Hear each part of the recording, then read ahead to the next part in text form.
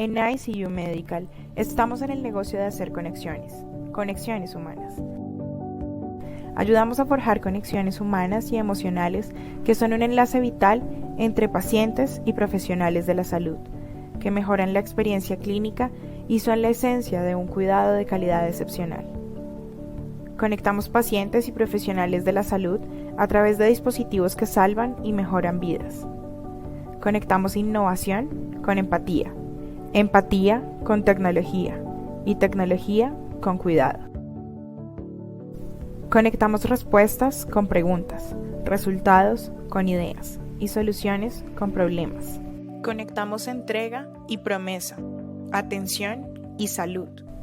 Conectamos personas con la esperanza. Nosotros somos ICU Medical.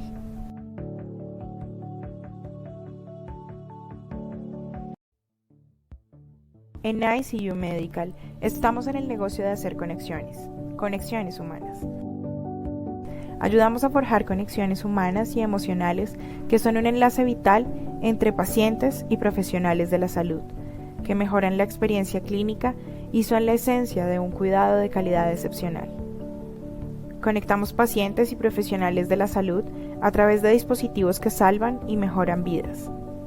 Conectamos innovación con empatía, empatía con tecnología y tecnología con cuidado. Conectamos respuestas con preguntas, resultados con ideas y soluciones con problemas. Conectamos entrega y promesa, atención y salud. Conectamos personas con la esperanza. Nosotros somos ICU Medical.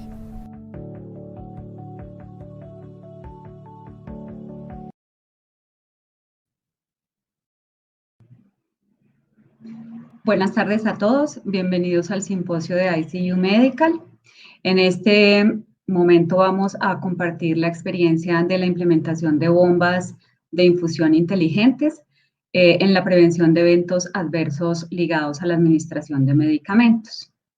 Durante este espacio nos van a acompañar Fran Celesterón. Fran Celesterón es enfermero, es nuestro gerente clínico para Latinoamérica en ICU Medical y él nos dará una breve introducción acerca de este tema.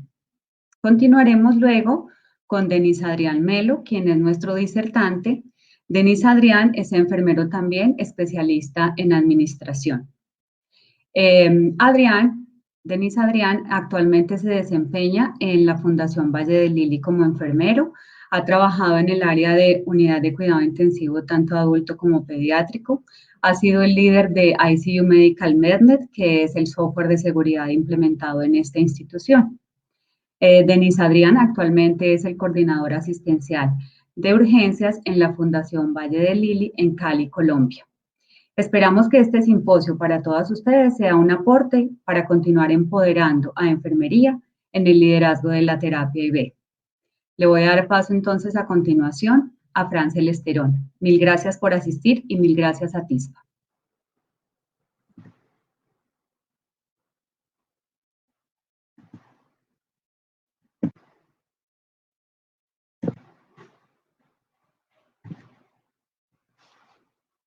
Buenas tardes.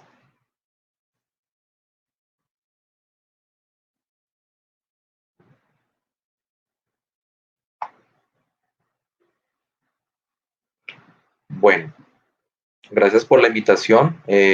Como bien lo dijo Liliana hace unos segundos, voy a compartir parte de un tema introductorio a la que nos va a compartir nuestro compañero Denis. Yo soy Frank, hago parte del equipo del área clínica de ICU Medical. Estoy encargado en este momento de todo lo que es la coordinación de la parte clínica para América Latina.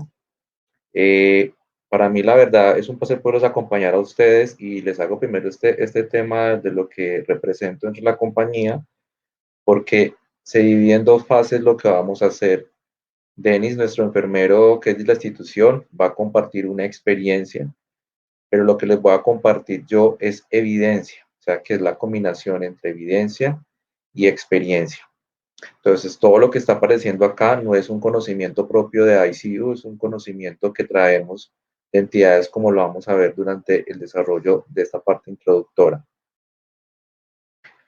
Hace más o menos ya 20 años, en la Organización Mundial de la Salud con el Instituto de Medicina mencionaron esta palabra que más que una frase era un mensaje muy grande: errar es humano. En ese momento lo que se hizo fue consciente, en esta época, 1999, año 2000, en donde se le pedía al personal que pensáramos que somos humanos, que somos demasiado falibles. Y esto solamente, el hecho de adquirir esta sensibilización, nos hizo tener cambios importantes en evitar errores como las quemaduras en los procedimientos de cirugía, las caídas de los pacientes. Y en el tema de medicamentos empezó una gran época para darnos cuenta de los errores que se estaban cometiendo. Y desde este momento a la fecha de hoy, se pueden compartir datos un poco alarmantes, como mencionar que el 56% de los errores de medicación están asociados con medicamentos intravenosos. Eso es una porcentaje bastante alto. El 61% de estos errores conducen a errores graves o potencialmente mortales, y que más o menos un paciente en una institución promedio de 400 camas tiene por lo menos un error al día asociado a un medicamento. Esta slide que vamos a ver acá es una ley que se ha planteado desde la misma época y se hablaba sobre el proceso de gestión de medicamentos. Independientemente el país donde estemos, la raza, cultura, incluso leyes que nos rijan, un paciente que ingresa a una institución pasa por estas 4 fases. Pero en estas 4 fases, la OMS quiso exponer, por medio también de entidades como la Joint Commission, que son 4 fases que hay que prestarle muchísima atención, porque es donde suceden los errores asociados a medicamentos. La primera fase es la formulación, la segunda transcripción, la tercera dispensación, que es todo lo que tiene que ver con farmacia, y la última administración, que es el proceso netamente realizado por enfermería. Si hay un tema importante que es perentorio analizar acá, como ustedes se dan cuenta en la pantalla, es que la formulación y la administración son esos 2 momentos donde se somete el mayor riesgo de cometer un error. Son porcentajes bastante altos. Luego está el proceso de transcripción y el proceso de dispensación. En su momento hubo un planteamiento de qué estrategias hasta la fecha de hoy se podían hacer para disminuir ese momento delicado para generar un error.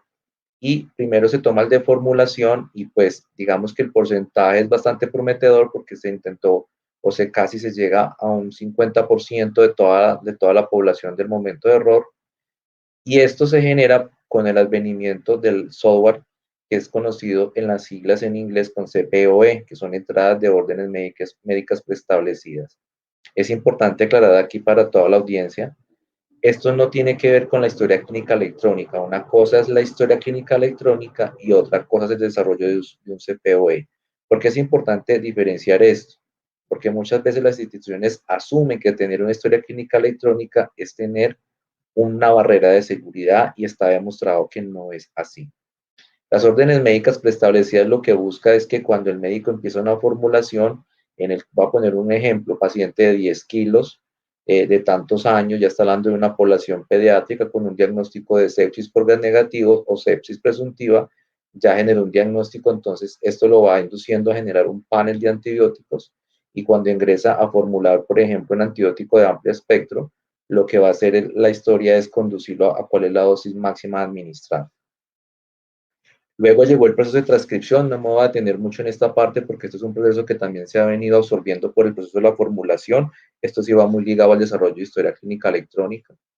El proceso de dispensación es sumamente importante, y muy seguramente en el transcurso de la presentación o cuando esté nuestro compañero Denis les hablará de la importancia que tiene para América Latina tener claridad del peso tan importante que tiene el farmacéutico en ese proceso de gestión de medicamentos, que comúnmente traducido más o menos representa o traduce algo que es dispensación.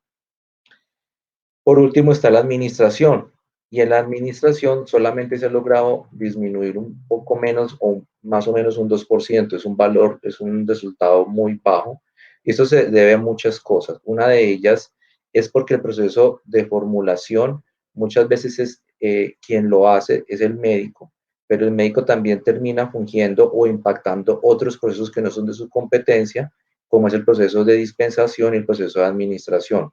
Voy a dar un ejemplo para mayor ilustración.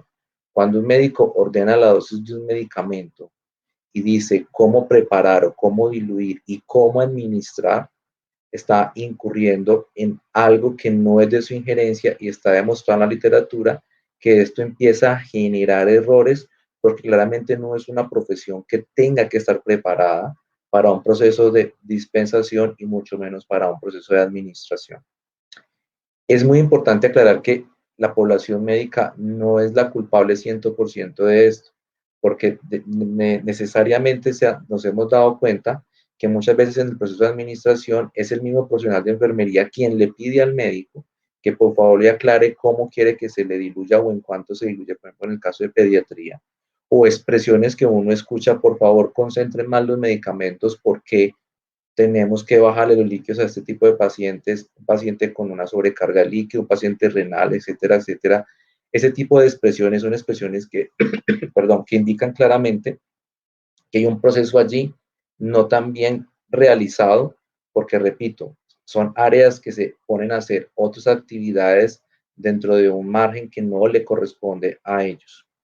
En América Latina tenemos una situación también un poco grave y es que el proceso de dispensación, o sea, la parte de recepción del medicamento, cómo se prepara, cómo se reconstituye, cómo se lleva previo para la dilución, para la administración, es un proceso que es también realizado por enfermería.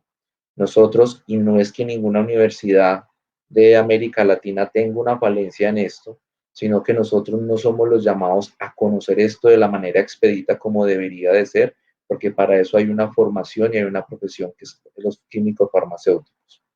Sin embargo, por nuestra cultura, temas de administración, políticas de cada país, sí hay un denominador común y es que la preparación del medicamento sigue siendo muy de la enfermera. Nosotros nos comparamos, la proporción debería ser con un país adelantado en temas de terapia IV, que un 70%, no menos de este valor, debería ser preparado por una farmacia y un 30 o un 20% preparado por el área de enfermería. Sin embargo, en nuestro entorno latino vemos diferente. Un 70 y hasta un 80% es preparado por enfermería y un 20%, si no es menos, por el área de farmacia.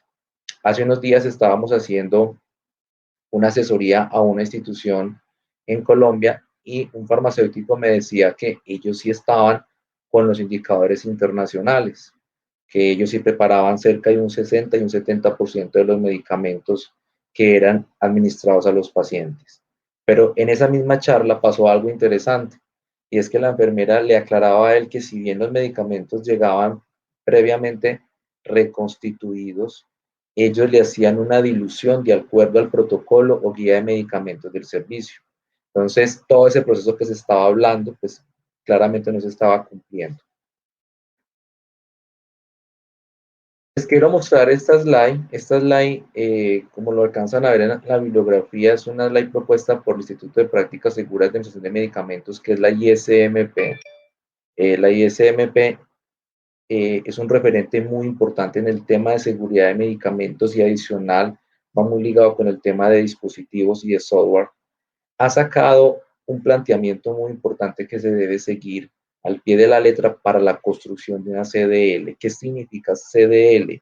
CDL en inglés significa una librería de medicamentos customizada. ¿Qué es customizada? De acuerdo a la necesidad de la institución. Pero mucho cuidado con esto. Nosotros los latinos hemos entendido que customizada de acuerdo a la institución es de acuerdo a mi cultura, al turno, al intensivista del turno, y eso no quiere decir. Customizado quiere decir que es una farmacoteca o librería de medicamentos realizada de forma diferenciada para las poblaciones que atienden. Me explico. No puedo tener una misma librería de medicamentos para un paciente pediátrico que para un paciente adulto. Y dentro de la misma población pediátrica no es lo mismo la librería de medicamentos para un paciente que está en cuidados intensivos como para un paciente pediátrico que está en la unidad de oncología. Entonces hay que tener claridad que es customización. ¿Por qué hago salvedad en esto? porque nos hemos encontrado que esta estrategia, la cual está muy demostrada hoy en día, nos ha puesto en evidencia que en América Latina lo que queremos es customizar nuestra cultura, que muchas veces no está encaminada o bajo la sombrilla de seguridad. ¿Qué nos propone la ISMP? 3 fases: una fase de diseño, una fase de configuración y una fase de prueba. La fase de diseño tiene que ver con tener un convencimiento y una voluntad gerencial. Yo no puedo hacer una farmacoteca posterior a una guía de medicamentos, porque el enfermero de la UCI es muy inquieto y lo quiere tener de manera correcta, ¿no? Hay que tener un equipo bien establecido, y me quiero detener en una parte que es el punto 4, que es la recopilación de la información. Llegar a una farmacoteca, como lo vamos a ver más adelante, que es el paso 5, es tener una guía de medicamentos bien desarrollada, una guía de medicamentos que toda institución dice tener, pero muchas veces nos hemos encontrado con que no es así. Por eso la Joint Commission en el año 2005 ha dicho que como una de las metas de seguridad está la estandarización y la limitación de las concentraciones de la infusión.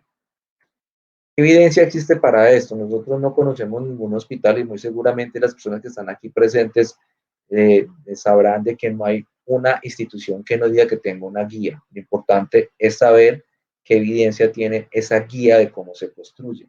Hoy tenemos fuerte evidencia, como ustedes están viendo en la pantalla, Lexicon, que es la plataforma más importante de farmacología a nivel no de América Latina, sino a nivel mundial, y está acompañada por las fases de prescripción, preparación y administración. Luego vemos el grupo de GAHAR, que tiene que ver de todo lo que es de administración para medicamentos. En la parte IV intravenosa está el Grupo Asociación Americana de Farmacéuticos, que tiene muy claro y muy delineado la importancia de que es customizar una farmacoteca.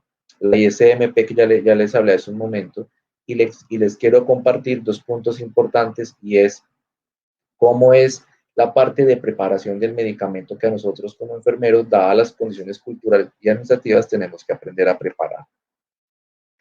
Rápidamente, que debe tener una guía de medicamentos. Tiene que tener el medicamento y la presentación. Hay presentaciones que distan de la presentación de seguridad. Pasa mucho en el tema de electrolitos. No voy a detenerme acá, pero muchas veces nos encontramos que el electrolito de un país cambia al otro, y esto no debería de ser, porque la presentación tiene un estándar de seguridad, por ejemplo, en el caso de los electrolitos. La dosis de seguridad no es que estemos haciendo un manual del médico. Dosis de seguridad es que el enfermero conozca cuál es el rango mínimo y máximo con el cual se administra un medicamento.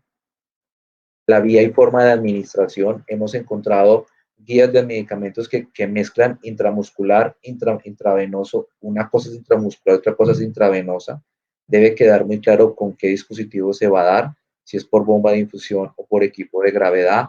El tiempo de administración específicamente para los antibióticos, esto es muy importante. Lo otro que tenemos para dar es todo el tema de la concentración, tanto de reconstitución como de dilución, y muchas veces no respetamos estas variables. Forma de hacerlo. Le decimos a un enfermero: tenga una vancomicina 5 miligramos por ml, y vamos a darnos cuenta que no tiene claro cómo se logra o cómo se llega allí, o se desperdicia medicamento. Las incompatibilidades en Y son muy diferentes a las otras incompatibilidades de mezcla o de jeringa. ¿Qué estabilidad tiene la mezcla? Si hay que proteger de la luz la mezcla.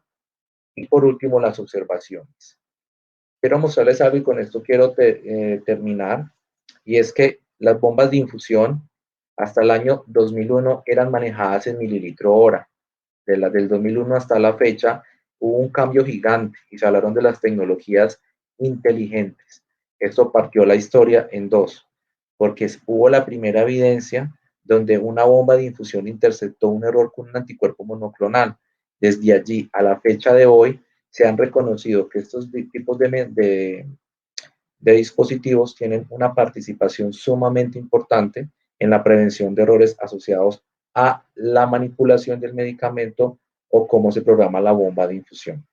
Entonces, hasta acá en este punto les quiero compartir esta información como previo al paso que nos va a explicar Denis, y por eso era muy importante recalcarles a todo el equipo que está aquí presente, que para llegar a ser una farmacoteca en una bomba inteligente es muy importante el desarrollo de una guía de administración basado en evidencia. No debo empezar a hacer una farmacoteca dentro de una bomba de infusión sin haber tenido claridad cómo es la guía, porque la guía es la genética de cada uno de ustedes que tiene dentro de la institución, genética de seguridad, no genética de cultura de cómo le parece al médico o a la enfermera de turno. Muchas gracias por esta primera parte. Le doy paso entonces a nuestro compañero Denis. Buenas tardes. Muchas gracias, Frank. Creo que es una excelente introducción a todo lo que es este mundo de los software de seguridad, a las farmacotecas y pues sí, realmente tu aporte en la construcción de todo esto aquí en la Fundación Valle de Lili ha sido fundamental. Y de todo el equipo también de ICU, muchas gracias a Tispa por la invitación y pues vamos a contar la experiencia que hemos tenido en la Fundación Valle de Lili en Cali, en Colombia. En el occidente colombiano pues somos una institución, lo queremos contar, una institución de 4º nivel de complejidad. Queremos mostrar pues la experiencia exitosa que hemos tenido en enfermería en la prevención de errores de dosificación o administración de medicamentos. Paso a contarles pues que la Fundación Valle de Lili es una institución de alto nivel de complejidad, contamos con más de 500 camas, atendemos todos los niveles de pacientes, toda la criticidad, vamos desde trauma, pediatría, quimioterapia, trasplantes de órganos sólidos, trasplantes de médula. Entonces tenemos una amplia gama de pacientes que atendemos y pues de allí pues la particularidad de la institución. Contamos con alrededor de 90 camas de cuidado intensivo de adulto, contamos con 30 camas de cuidado intensivo pediátrico, otras 30 camas de cuidado neonatal, alta complejidad obstétrica. Entonces pues quiero hacer esta introducción para pues mostrar pues como la importancia de la experiencia que hemos tenido, el trabajo que se ha realizado. Dentro de la agenda propuesta, la primera parte es por qué tomamos la decisión de implementar un DERS. La segunda parte es los software de reducción de errores de dosificación versus pues o comparados con las metas institucionales, el proceso de implementación, las farmacotecas, construcción de farmacotecas pues para ayudar un poco a este gran soporte que nos dio Frank, cómo logramos la herencia, qué hacemos con los reportes clínicos y cuáles son los beneficios que hemos obtenido pues con la implementación de un software de reducción de errores de dosificación. Y aquí algunas lecciones aprendidas pues como algo que nos ha pasado y que ya después de haberlo logrado creemos que es importante que lo conozcan para que puedan saltar esos obstáculos. Frank habló algo que nosotros conocemos como la cadena del medicamento, donde aquí esta diapositiva es para mostrarles en qué partes nosotros identificamos los errores. Y en la fundación, pues cuando vimos que tenemos un software, sistematiza la historia clínica, tenemos la prescripción y allí tenemos alertas y todo está controlado, la formulación. En el momento de la planificación, le llamamos nosotros la creación de los eventos de administración, también hay límites o hay ayudas de seguridad, aparte de que el personal de enfermería con su experiencia nos ayuda a evitar y a detectar esos errores.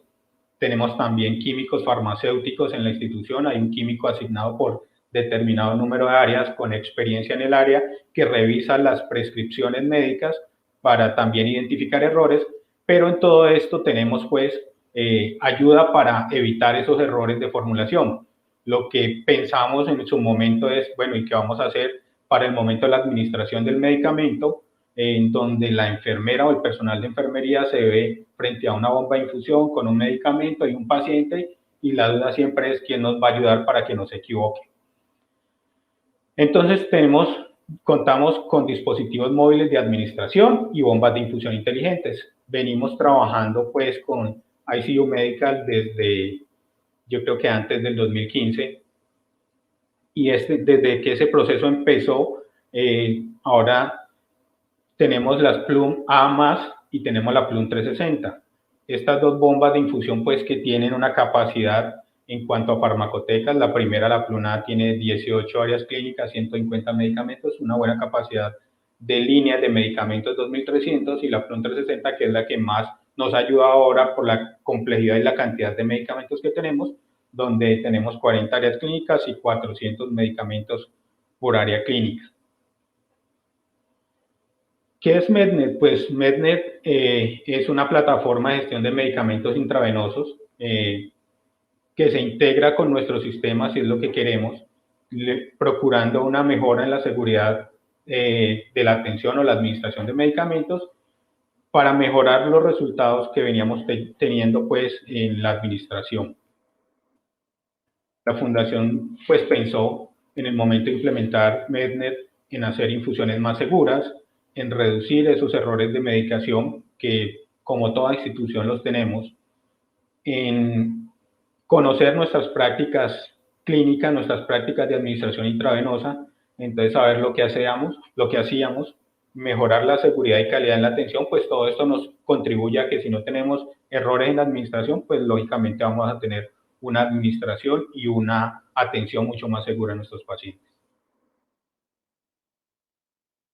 ¿Qué determinamos como factores de éxito? Pues el direccionamiento estratégico institucional. Desde el comienzo las directivas a través de la planeación estratégica tomaron, y en la fundación tenemos la seguridad pues como uno de nuestros valores institucionales. Esto aunado a una cultura de mejoramiento continuo, siempre queremos ir un poco más allá de lo que hacemos el análisis, lo que no está funcionando bien, pues miramos cómo lo vamos a mejorar, teniendo desde el área de seguridad del paciente y a nivel institucional claridad en lo que impacta un error en la administración de medicamentos. Logramos una participación interdisciplinaria, un gran trabajo en equipo. Van a ver ahora que involucramos un gran equipo y a todo esto le hacemos seguimiento a lo que llevamos y a través del ciclo PHBA. Todo esto unido a un gran liderazgo pues de enfermería y a un compromiso institucional pues de todas las partes, pensando en que era un buen camino y que lo que íbamos a lograr era importante en la seguridad de los pacientes. Se conformaron equipos interdisciplinarios para implementación, contando con un director ejecutivo del proyecto, un gerente del proyecto y básicamente 3 grupos grandes para el proceso de implementación. Uno que se encargaba de la creación de las farmacotecas, que iba a pensar en la transferencia de las farmacotecas a las bombas de infusión, otro que se iba a encargar de la administración del sistema como tal. El apoyo de ingeniería también fue vital. Tenemos informática clínica, tenemos ingeniería biomédica y el área de suministros y abastecimiento.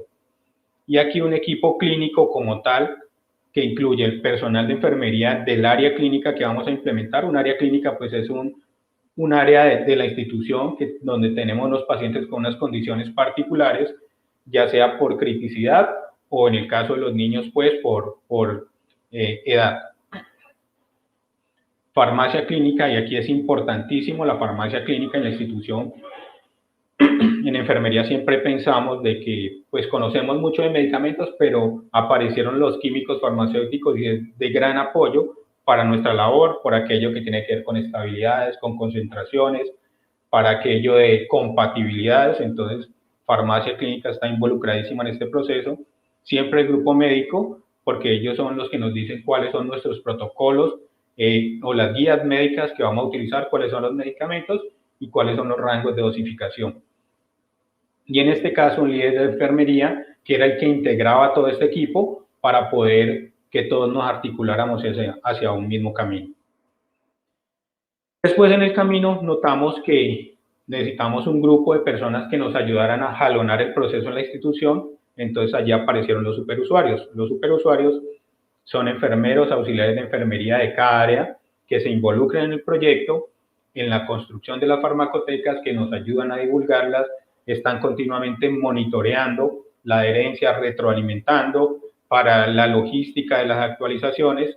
Todo entonces es un grupo fuerte que contamos en la institución y son los que más saben del software en el servicio, los que más quieren el software y que son mucho lo que nos ayudan y muy proactivos. Como les decía, empezamos desde el 2015, más o menos en junio del 2016 tuvimos la primera farmacoteca que se implementó en la unidad de cuidados intensivos de adultos. Después, en ese mismo año, en diciembre, logramos implementar urgencias adultos. Ya en el 2017 el área ginecobstétrica, tenemos la unidad de alta complejidad obstétrica y partos. En junio del 2017 las áreas de hospitalización de adultos, y ya en el 2017 pasamos a otras áreas pues un poco más complejas, como son cirugía, las unidades de intervencionismo vascular, endoscopia, la primera área de quimioterapia ambulatoria con muy buenos resultados, y trasplante de médula ósea tanto para niños como para adultos. Ya en junio del 2019 pasamos a las áreas pediátricas como tal, UCI pediátrica, UCI neonatal, urgencias y hospitalización para pediatría. Y ya estamos trabajando pues en una última etapa del proceso de implementación en hospitalización para los pacientes con quimioterapia y para los niños que reciben quimioterapia en el área ambulatoria. Contamos en la fundación con 1.300 bombas de infusión conectadas y que envían información al sistema. ¿Cómo fue el proceso de implementación? Pues inicialmente definimos un equipo clínico y cuál va a ser el alcance, hasta dónde vamos a ir y qué vamos a abarcar. Esto se hace en cada área clínica. Cuando ya tenemos el equipo conformado, sacamos un listado de medicamentos, como lo mencionaba Fran, una tabla de medicamentos bien completa, y esa tabla de medicamentos la transformamos en una farmacoteca que tenga límites de dosificación específicos. Con esos límites de dosificación que nos ha dado el grupo médico y que han sido validados y acordados, y con las concentraciones que nos da la estabilidad de los tiempos de infusión que nos da farmacia, entonces nos reunimos posteriormente, validamos y aprobamos la farmacoteca. Cuando ya la aprobamos, hacemos el entrenamiento y la socialización al personal del área, los entrenamos, les decimos, venga, lo vamos a administrar así, estos van a ser nuestros parámetros. Cuando ellos conocen las farmacotecas, nos dicen cuál es el orden, porque también es importante saber cuál es la priorización que ellos le quieren dar a los medicamentos, cuál es el orden, cuáles son los que más infunden de este gran listado. Entonces, con esta información ya en el entrenamiento, procedemos pues a la carga de las farmacotecas y a la puesta en marcha pues de la implementación. Después de que lo implementamos, arrancamos, le hacemos seguimiento continuo, acompañamiento, estamos allí revisando, tomando nota de lo que no nos funciona, lo que tiene algún error, evaluamos el proceso. Cuando lo evaluamos, pues nos reunimos de nuevo, analizamos esos informes, le seguimos haciendo seguimiento, y posteriormente, si consideramos que hay que hacer una actualización rápida o algo que es trascendental, necesitamos modificarlo, pues volvemos y hacemos el cargue de nuevo a las farmacotecas con las modificaciones. Definimos entonces en la institución que hay unos requisitos muy claros para tener una farmacoteca. Entonces debemos tener la tabla de medicamentos, el listado de medicamentos específico del área clínica, donde tengamos concentraciones estandarizadas, y aquí es importante lo que construimos, pues como al comienzo les mencionaba, somos una institución muy compleja con muchas áreas, pues teníamos de que en muchas áreas o muchos servicios los medicamentos se preparaban de manera diferente. Entonces logramos estandarizar esas concentraciones. Para una buena farmacoteca tenemos las unidades de dosificación y administración, y para algunos medicamentos, como en el caso de los niños y en las quimioterapias, necesitamos peso, talla y áreas de superficie corporal. Farmacia nos provee los tiempos de administración, consultando todas las bases de datos, pues que como Lexicon, como, bueno, se me escapan otros nombres, pero entonces con esas bases de datos que utiliza farmacia, nos dicen los tiempos de administración, las estabilidades y las vías de administración. Esto sí debe ser muy claro, qué tenemos central y qué tenemos periférico. Ya con esos datos importantes, requisitos para una farmacoteca, entonces se reúne el grupo. Entonces el líder de Mednet, que en este caso era enfermería, entonces con la ayuda de farmacia, enfermería del área clínica como tal, el grupo médico y el apoyo de TDI o de informática, construimos las farmacotecas y ya las sacamos en vivo. ¿Cómo determinamos los límites de una farmacoteca? Entonces, en una farmacoteca trabajamos con dos límites: límites absolutos, o en algunas partes los conocen como límites duros, y unos límites relativos o blandos que también se pueden conocer. Entonces, determinamos con los rangos de dosificación que nos da el grupo médico, y para este caso una noradrenalina de adultos. Entonces consideramos que el límite absoluto inferior es 0.01 microgramos kilo minuto, y el límite absoluto superior está establecido en 1.51 microgramos kilo minuto. La literatura nos habla de 1 microgramo kilo minuto, pero como cada institución determina sus límites, entonces eso fue lo que se decidió en la fundación. Tenemos unos límites relativos donde está la práctica ideal. En este caso, el relativo inferior está en 0.05 microgramos kilo minuto y el relativo superior en 1 microgramo kilo minuto. Para este ejemplo, la dosis es 0.8 microgramos kilo minuto, entonces está dentro de los límites y por eso lo manejamos como un semáforo. Lo rojo que no es lo permitido, lo amarillo que se puede pasar, pero con restricción o debes de estar pendiente. La bomba te hace un doble chequeo y te dice usted va a pasar tal límite, ¿está seguro? Entonces para verificar y disminuir el riesgo de errores. Lo que sí no te deja pasar son los límites absolutos. Esto es para una infusión continua, pero también traemos un ejemplo de un medicamento con horario. Estamos hablando de un meropen en 2 gramos y aquí lo que traducen los límites es que la institución decidió que se puede pasar muy rápido en un choque séptico en 30 minutos, entonces este límite absoluto y superior no me deja pasarlo más rápido de 30 minutos y este límite absoluto inferior no me deja pasarlo más lento de 4 horas por que se ha establecido en el Comité de Infecciones Institucional de que este tipo de medicamentos los colocamos en 4 horas. El límite relativo pues lo establecimos en 1 hora solo para este medicamento. En el caso de niños pues también funcionamos igual, pero los rangos de dosificación, como lo vemos más adelante en otras farmacotecas, está en microgramos kilo minutos, miligramos kilo hora o miligramos por kilo de peso. Este es un ejemplo de una farmacoteca de adultos en la institución, en donde aquí vemos el milrinone de 20 miligramos en 100. Aquí tenemos la concentración a la que estamos trabajando. Bueno, esta es la concentración en volumen total, pero también podemos tenerlo, como en el caso de esta noradrenalina, bueno, de 16 microgramos kilo minuto, 8 microgramos por mililitro. Entonces, tenemos el nombre del medicamento, la concentración del medicamento o la mezcla que estamos usando, el uso clínico, para qué la tenemos, qué unidad de administración es la que tenemos que utilizar y están establecidos los límites. Estas farmacotecas se le dan a conocer al personal del área, al personal de enfermería del área, para que sepan cuáles son los límites, cómo está establecido e incluso como ven los números, cuál es el orden que los vas a encontrar en la bomba de infusión. Aquí medicamentos con horario, dipirona, fluconazol, meropenem, donde tenemos la mezcla que estamos preparando, cuál es el uso clínico que tenemos determinado, cuál es la unidad de administración, entonces aquí está en gramos hora, los límites, y aquí para efectos pues, de estandarización les decimos en qué tiempo de infusión es lo que tenemos estandarizado en la fundación.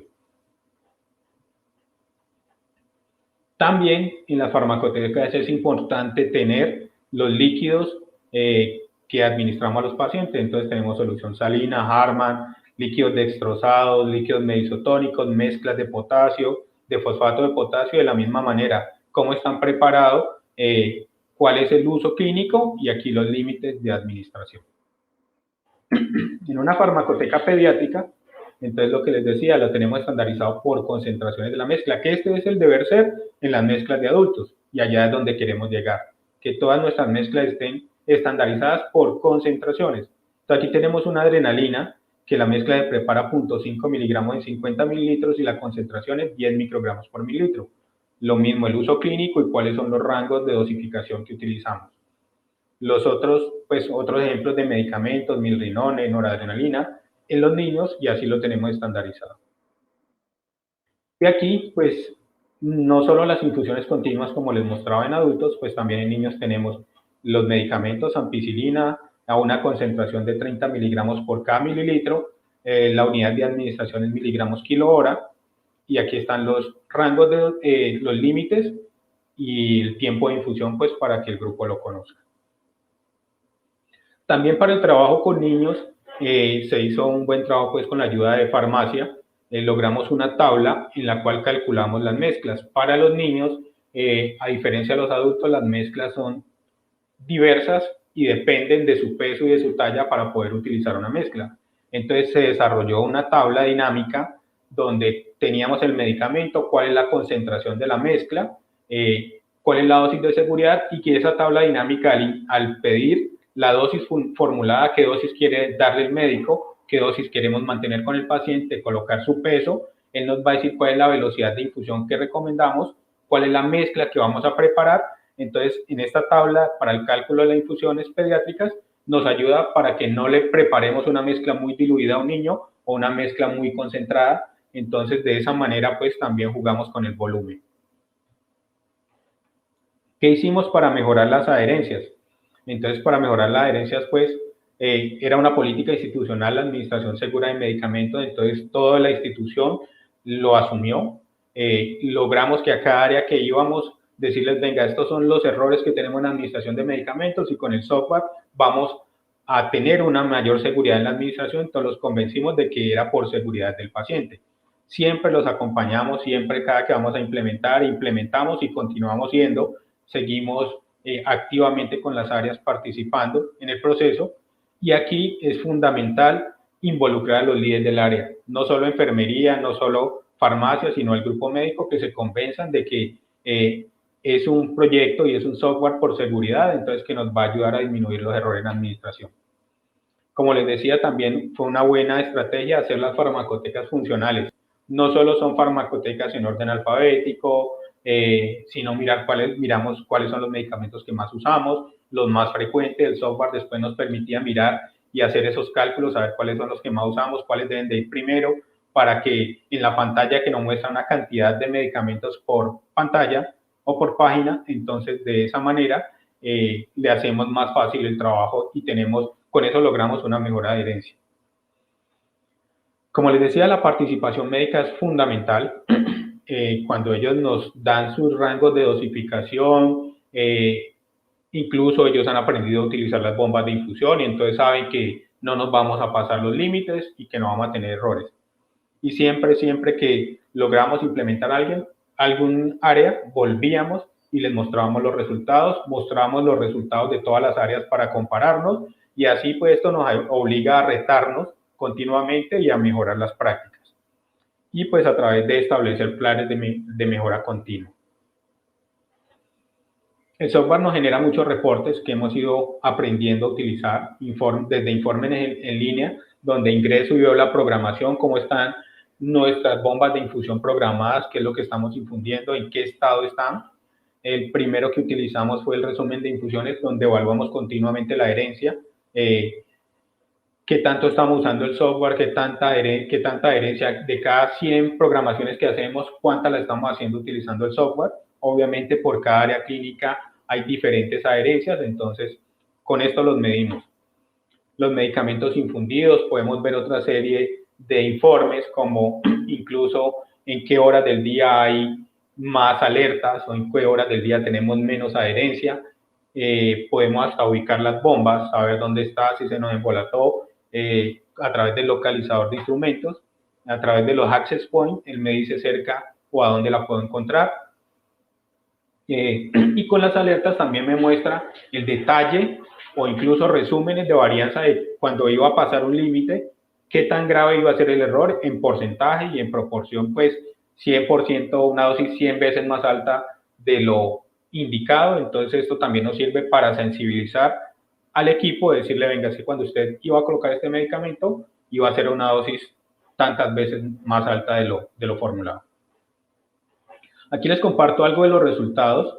Este informe es de 6 meses, de los últimos 6 meses. Por pandemia las adherencias han disminuido porque tenemos nuevos medicamentos y como ustedes saben, pues el mundo ha cambiado por la pandemia, entonces con las restricciones hay muchas actividades que no se han podido realizar como se venían haciendo antes.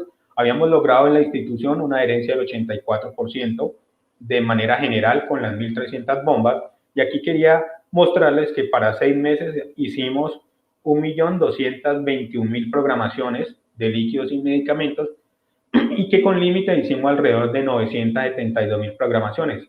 Algunas administraciones fueron simples sin escoger la farmacoteca o fármaco no seleccionado, que también es otra opción que tiene la bomba, pero esto lo asociamos a que hay nuevos medicamentos relacionados con la atención de pacientes COVID. Aquí están las alertas que hemos mostrado, entonces, y este gráfico que me gusta mucho presentarlo, desde el momento que implementamos empezamos por debajo de un 30% de adherencia al uso de software y nos hemos mantenido en el 80-84%. Estas caídas son cada que implementamos una nueva área clínica, pues obviamente en la curva de aprendizaje vamos a notar una caída de las adherencias que afecta todas las adherencias institucionales.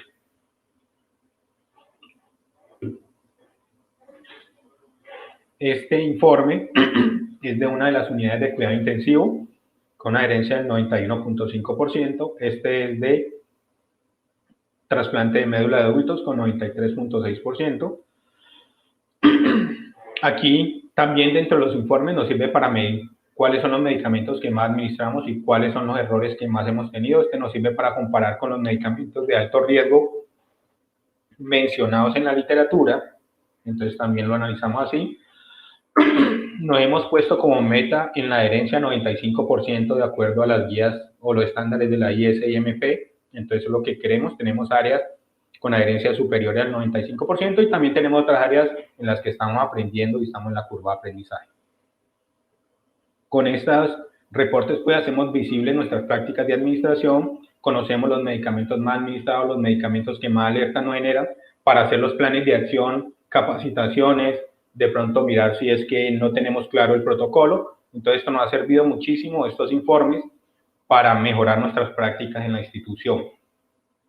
Nos sirve como soporte para análisis de eventos o incidentes relacionados con medicamentos. Al tener los datos de la bomba, el código de SAP, que es el código nuestro, o el número de serie de la bomba, podemos revisar retrospectivamente qué pasó y cómo se hizo la administración del medicamento. Nos sirve también para soportar los avances de la alta gerencia y establecer indicadores de calidad del servicio. Aquí solo para contarles pues que el líder de Mednet, y es importante que tengan un líder del proceso, y si pudieran ser dos, pues mucho mejor, que integre todo, que haga monitoreo del sistema, que mantenga las farmacotecas actualizadas, que guíe los superusuarios. Tenemos un comité de Mednet donde se reúnen todos los coordinadores de las áreas clínicas y revisamos cómo va el proceso y hacia dónde vamos. Que gestione los informes, que sirva para el análisis de eventos, que nos baje la información que necesitamos y que haga continuamente seguimiento a las áreas clínicas. Y el líder de Mednet tiene participación en el comité de Mednet que les mencionaba, en seguridad del paciente, farmacovigilancia, tecnovigilancia, en las reuniones institucionales, y también tiene importante participación en el equipo de terapia intravenosa. Este es para mostrarle el comité de Mednet, donde evaluamos la gestión del riesgo, establecemos las políticas, revisamos los informes e indicadores y hacemos cronogramas de implementación. Continuamente le hacemos seguimiento a todo, nos reunimos periódicamente cada 30 o 60 días. Y como les decía, tiene participación de la jefe del departamento de enfermería, el líder de Mednet, los coordinadores de las áreas clínicas, esta farmacia, está involucrado seguridad del paciente. ¿Qué obtuvimos al implementar un software de seguridad? Pues barreras de seguridad que nos contribuyen a la seguridad del paciente, nos dan análisis de eventos o incidentes, permiten mayor control de los medicamentos de alto riesgo, podemos revisar el control de las presiones distales de administración, si un acceso está molestando, si está malo, si se dañó la venita, también nos indica, y con eso logramos una buena cultura o una gran cultura de seguridad. Como les explicaba, tenemos mejores prácticas en terapia intravenosa, cumplimos los protocolos porque ya todos hablamos lo mismo, y toda la información que genera el software es disponible para toda la institución. Como lecciones aprendidas, pues que es importante tener al menos 2 líderes de enfermería a la cabeza del proceso, que es indispensable la participación y la disposición de todo el equipo del servicio, que debemos involucrar a los líderes de los equipos en el proceso, en la construcción de la farmacoteca, en el ajuste, la implementación. Importantísimo, las farmacotecas deben adaptarse a la dinámica del servicio. Las farmacotecas no deben ser copiadas, cada servicio tiene que establecer sus propias farmacotecas. Es importante presentar los avances y los resultados, tanto para la alta gerencia como para el servicio, para retroalimentarlos, y también cuando se logran buenos resultados, pues eso es gratificante. Aprovechar al máximo los informes. Cuando aprendemos a conocer los informes y nos reunimos y revisamos, nos damos cuenta que es mucha la información que tenemos para analizar. Aquí fundamental que el proveedor de la tecnología esté de la mano de nosotros, que vamos hombro a hombro trabajando, y eso lo hemos hecho pues con ICU Medical. porque siempre nos han apoyado, no solo en la parte técnica, sino a través de enfermería y el soporte clínico. Y que las actualizaciones de la farmacoteca se deberían de hacer por lo menos cada 6 meses, teniendo grandes insumos para hacer las actualizaciones. Aquí para mostrar algunas imágenes de las actividades que realizamos, reconocimiento de los resultados a las áreas. Entonces, esta fue una bonita actividad donde 5 áreas reconocimos con mejores adherencias, que nos fue mejor en la implementación, con mejores resultados, y pues se hizo unas deliciosas tortas pues con forma de bomba de infusión.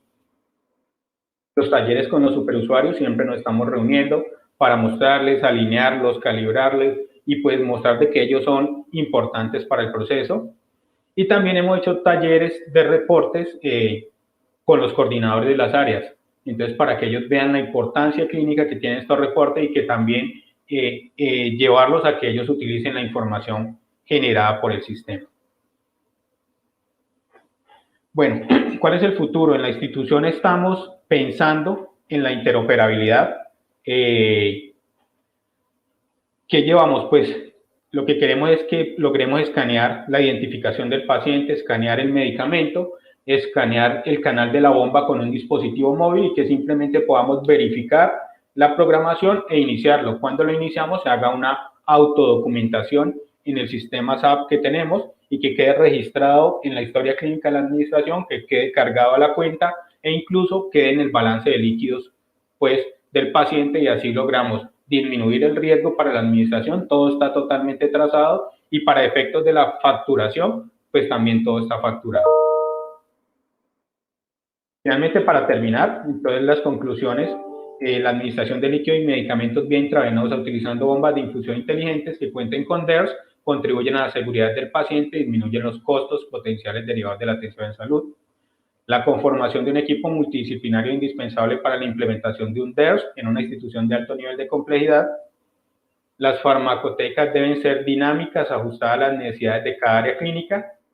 Los reportes clínicos deben ser aprovechados al máximo por un equipo multidisciplinario en aras de las iniciativas de mejoramiento continuo. La construcción e implementación de farmacotecas e implementación de DERS mejora notablemente las prácticas de administración de medicamentos. Y por último, la participación de un grupo de superusuarios de enfermería es fundamental para lograr la implementación de un DERS y mantener la adherencia al uso en las áreas clínicas. Muchas gracias. Espero que les haya servido la presentación. Quedo atento a cualquier solicitud. Acá en la Fundación Valle del Lili estamos dispuestos a apoyar en algunos procesos. Y pues yo creo que sería el espacio para las preguntas si alguien tiene algún. Administración segura de medicamentos en la Fundación Valle del Lili. La administración segura de medicamentos se realiza utilizando el sistema SAP, donde se formulan, planifican y dispensan. Para la administración a pacientes se utiliza un dispositivo móvil con el aplicativo LiliMed.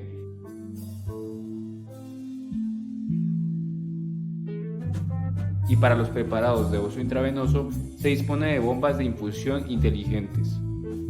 Después de la formulación, planificación y alistamiento del medicamento, el personal de enfermería debe ingresar al sistema para escanear tanto la identificación del paciente como el medicamento, que también posee un código de barras. Finalmente lo administra logrando la documentación en la historia clínica. Posteriormente se realiza la programación manual de la bomba de infusión inteligente, eligiendo el área clínica donde se encuentre.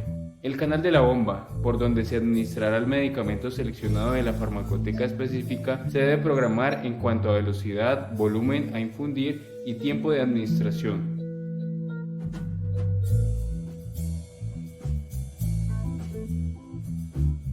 Al tratar de administrar el antibiótico a una velocidad mayor o menor de la protocolizada, la programación de la bomba se detiene.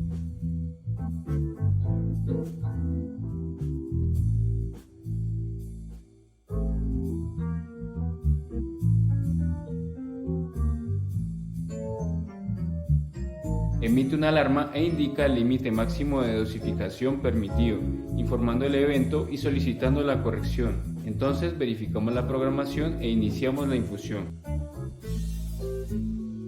Para la programación de las infusiones continuas en la bomba de infusión se programa un vasoactivo, en este caso la noradrenalina, que se administra en microgramos kilo-minuto, con el peso del paciente y la dosis a administrar, que se titula según lo requiera.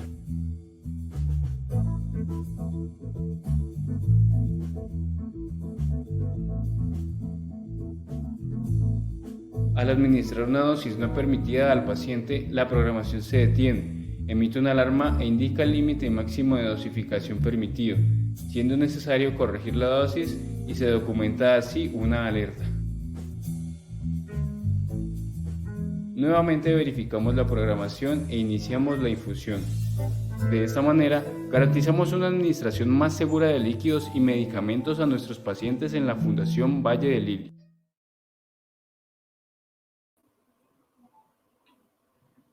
Buenas tardes, tenemos 4 minutos para las preguntas y respuestas. La primera que tengo es para Denise.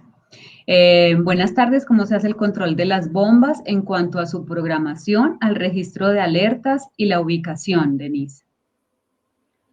Pues las bombas de infusión están conectadas a través de una red, tenemos una red inalámbrica y a través del grupo de superusuarios y el líder de Mednet, entonces hacemos el total control de las bombas de infusión, entonces establecemos pues como grupos o equipos por cada área para tener el control. Nosotros somos una institución donde las bombas de infusión están en todo lado, a diferencia de otras instituciones donde las bombas están asignadas, pues realmente si las necesitamos en urgencias, en la UCI, pues las bombas estarán allá.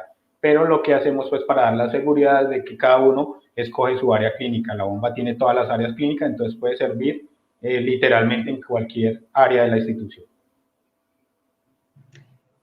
Tengo otra pregunta para Frank y es relacionada con la estandarización, porque es importante la estandarización de las mezclas en una farmacoteca.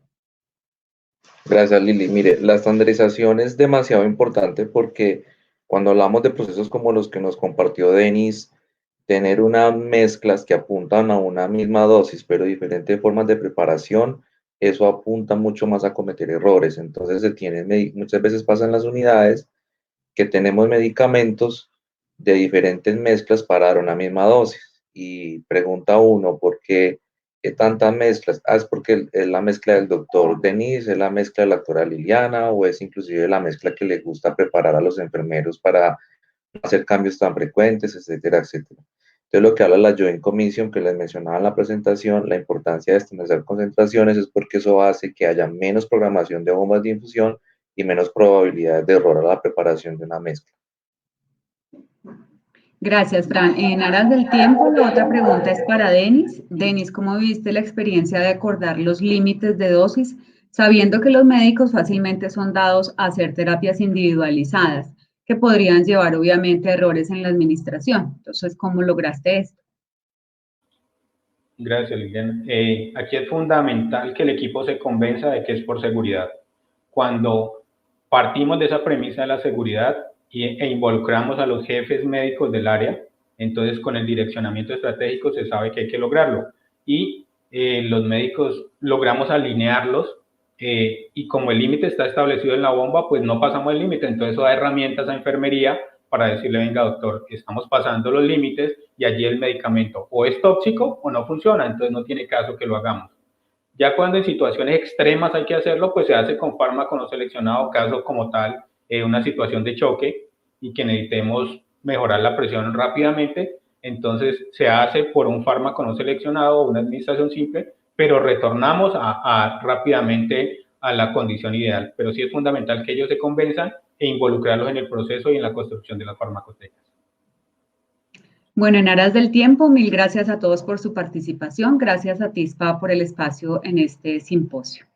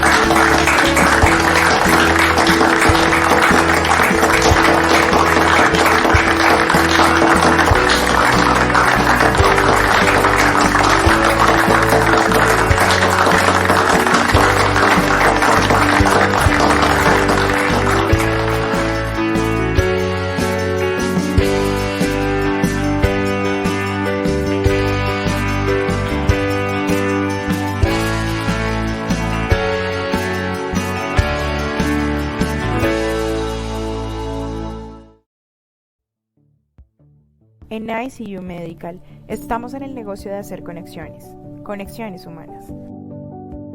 Ayudamos a forjar conexiones humanas y emocionales que son un enlace vital entre pacientes y profesionales de la salud, que mejoran la experiencia clínica y son la esencia de un cuidado de calidad excepcional. Conectamos pacientes y profesionales de la salud a través de dispositivos que salvan y mejoran vidas. Conectamos innovación con empatía, empatía con tecnología y tecnología con cuidado.